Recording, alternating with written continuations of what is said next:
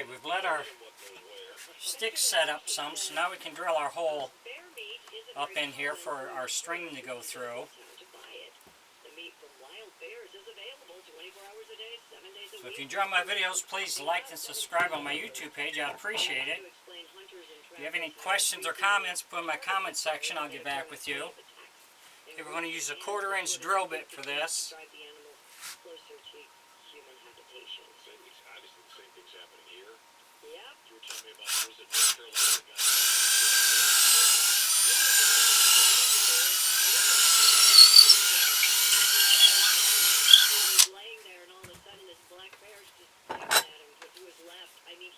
That's what we want, right about in there.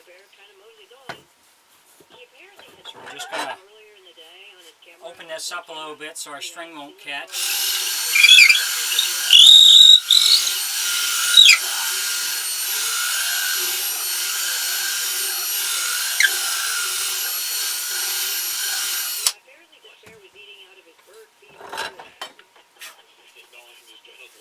So we got that there.